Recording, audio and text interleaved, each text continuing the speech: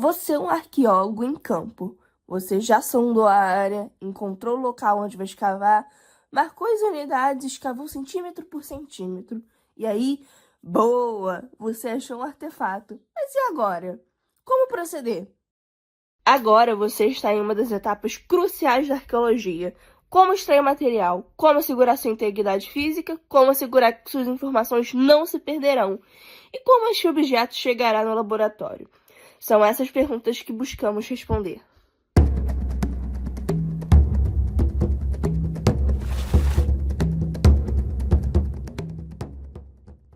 Dependendo do contexto e tipo do sítio, as materialidades, tipologias e estados de conservação dos materiais podem variar bastante. De ossos e conchas em sambaquis a metais dos sítios históricos, é importante estar familiarizado e preparado para lidar com estes diferentes tipos de materiais e coletá-los de forma apropriada. Em diversos casos, começando o trabalho ainda antes da saída para o campo. Veremos relatos em primeira mão de como essas etapas em campo são importantíssimas para coletar material de forma responsável e que viabilize o trabalho em laboratório. Você concorda que a preparação para a etapa do laboratório começa ainda antes da saída para o campo?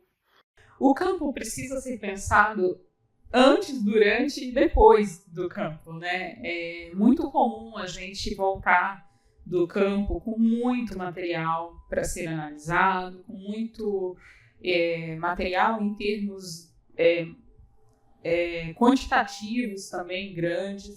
Então é esperado que a gente não consiga dar conta de manter toda a organização que é necessária.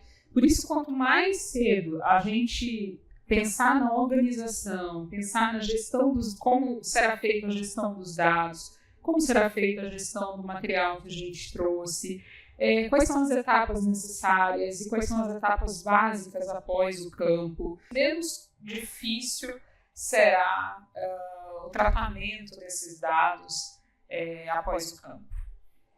Mesmo antes da gente pensar, né, nos processos de higienização, né, a curadoria de uma forma geral de toda a materialidade que vem do campo, é importante, né, que a coordenação, que a equipe que vai estar indo para campo esteja ciente, né, de uma série de outros empecilhos e questões específicas do campo, né, que está diretamente relacionada à logística, né?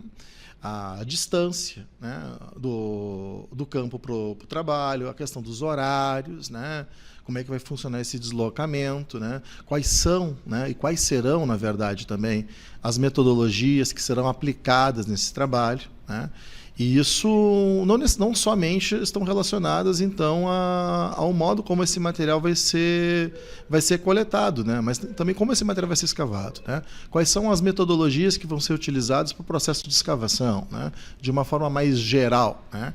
A gente está trabalhando com alguma metodologia que vai estar lidando com uma escavação por níveis artificiais, por níveis naturais.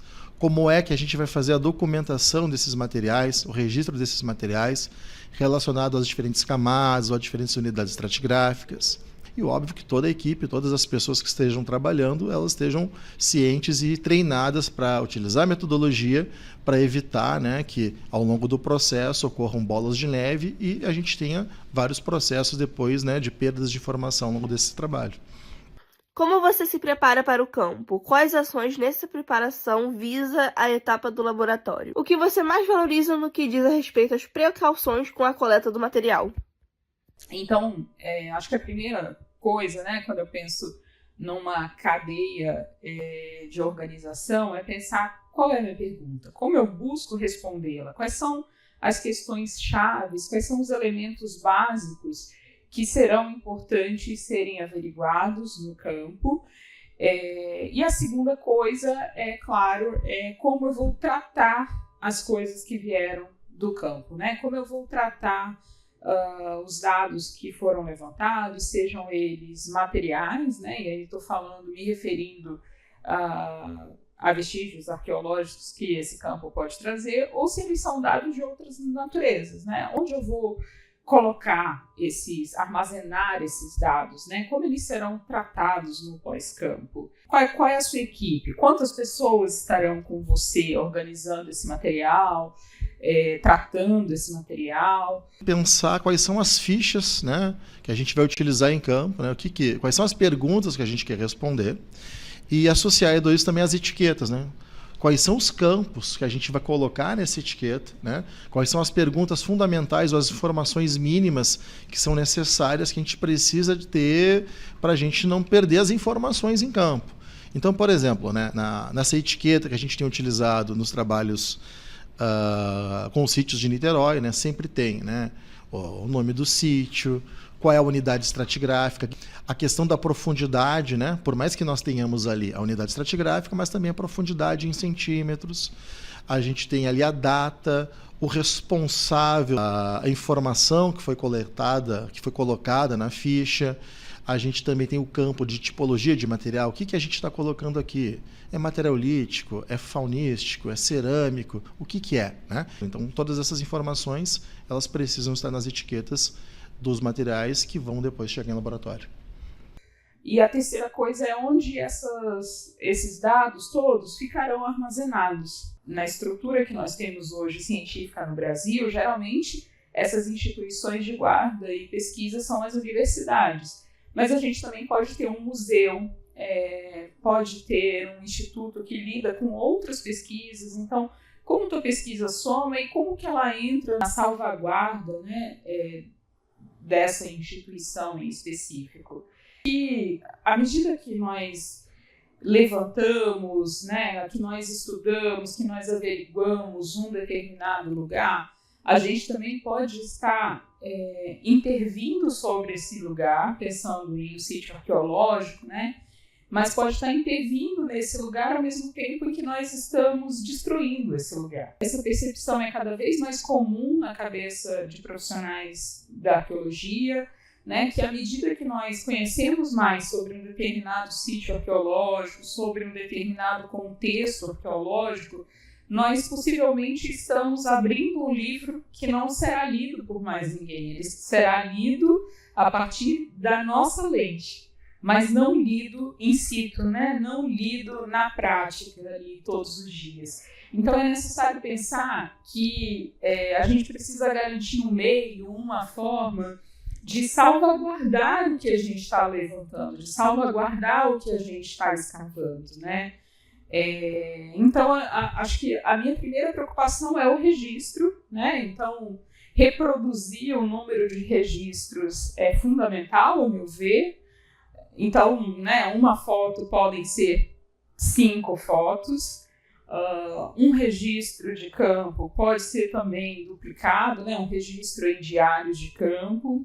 Nos lugares onde nós estamos atuando, muitas vezes a gente está atuando em lugares que são moradas de outras pessoas, né? Que é o território de outras pessoas. E quando eu estou falando aqui de território, eu estou pensando em lugares que compõem a vida dessas pessoas. Então, acho que ter a atenção também e a sensibilidade que a gente está intervindo diretamente na vida dessas pessoas é fundamental, né?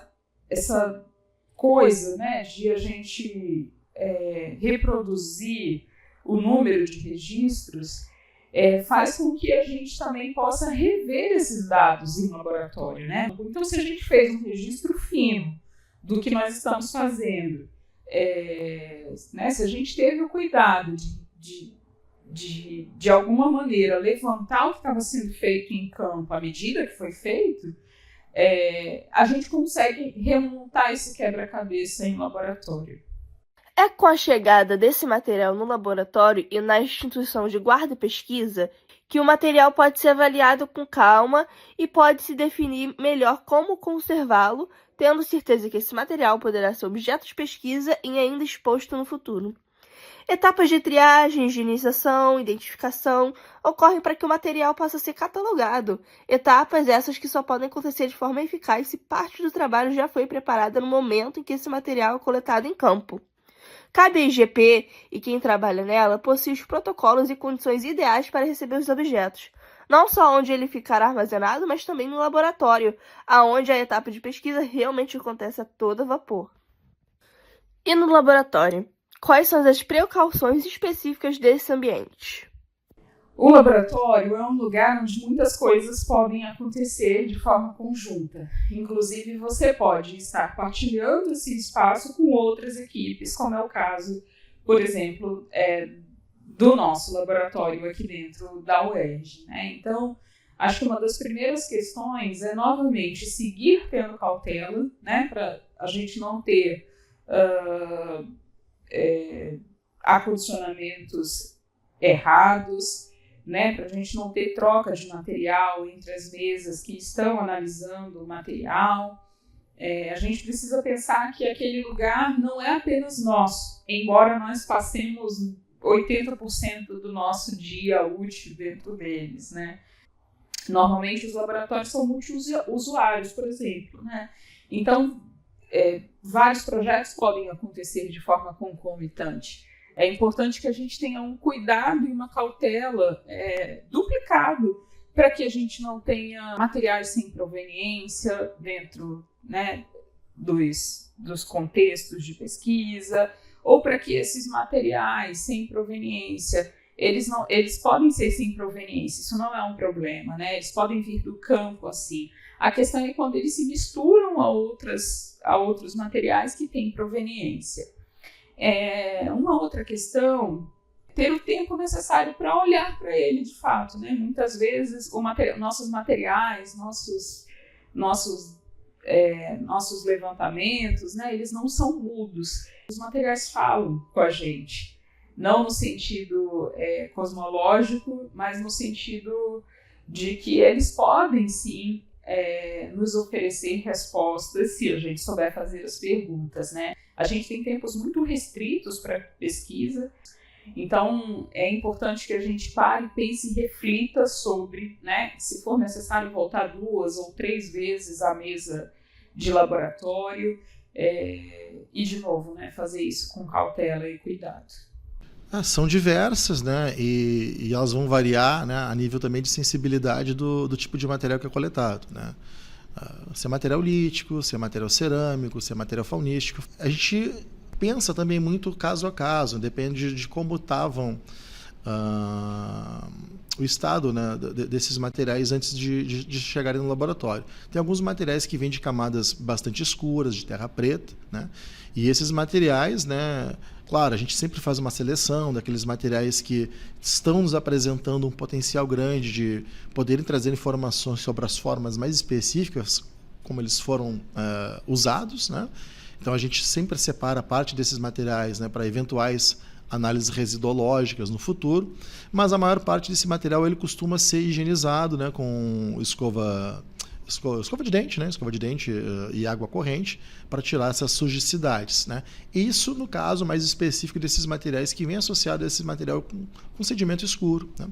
Mas em outros casos, e que até é bem frequente nos sítios de Niterói, tem muito material que a gente encontra em superfície, em áreas de duna, às vezes também subsuperfície nesse mesmo ambiente, mas por estar nesse ambiente de dunas, de areia, essa etapa da higienização, muitas vezes a gente consegue fazer apenas utilizando, né, uma limpeza suave com escova seca. Então varia bastante, né?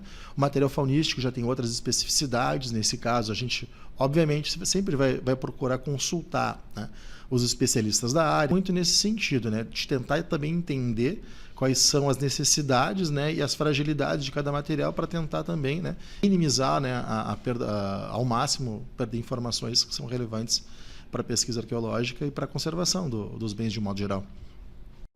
Conhecer as condições de trabalho e até mesmo a equipe com quem você trabalha faz parte dessa preparação. Muitas ações podem ser tomadas por você mesmo ou por terceiros, que, às vezes por falta de familiaridade com o material, com o local em que você está escavando, ou até mesmo com companheiros de trabalho, podem colocar muitas coisas em jogo. Você tem alguma história de terror, seja no campo ou no laboratório, para compartilhar?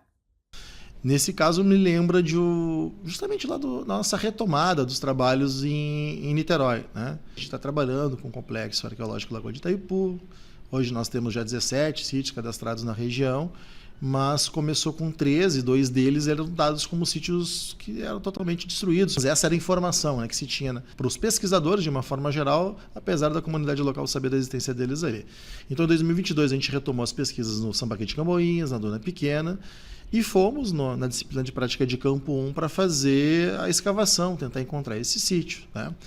Então, assim, além de ser, obviamente, um terror, a pressão, né, da especulação imobiliária nesses sítios, enquanto elas vão modificando, impactando e cada vez mais, né, diminuindo esses bens patrimoniais, né, que a gente tem para estudar e como lugares de memória das populações indígenas que ocuparam essa região.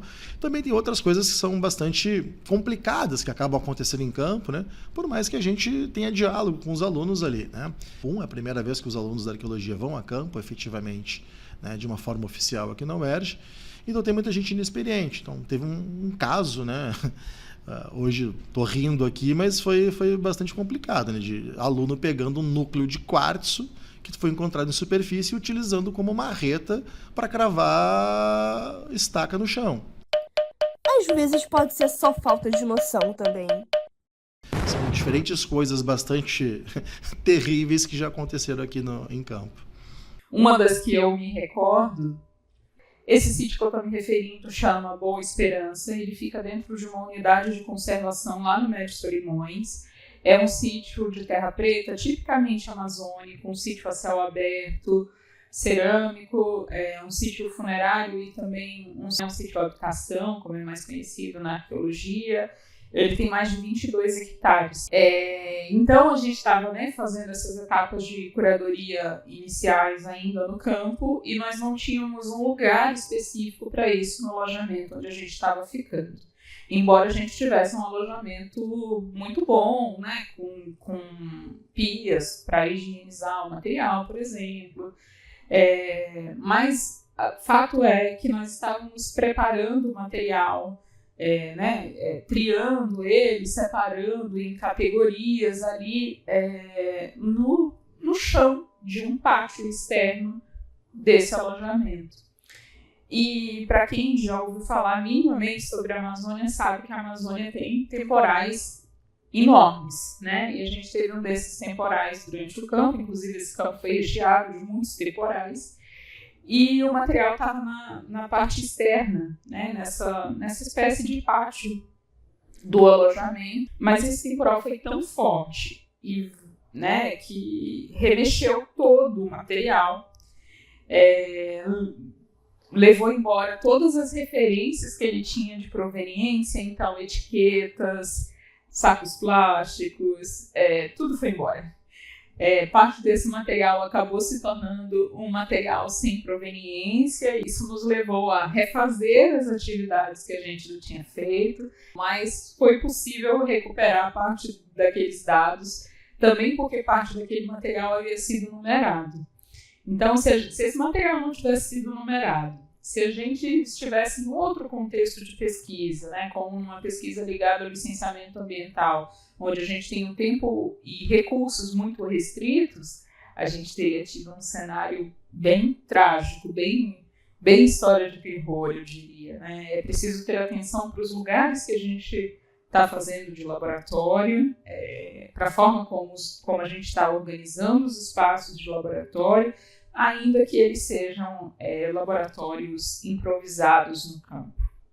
Por meio destes relatos, podemos compreender um pouco do que se passa em campo e do que é necessário para ter certeza que as etapas após o campo sejam facilitadas e que se evite muito dos problemas que surgem que poderiam ter sido evitados com um pouco mais de preparação e familiaridade com o que se pode encontrar em campo.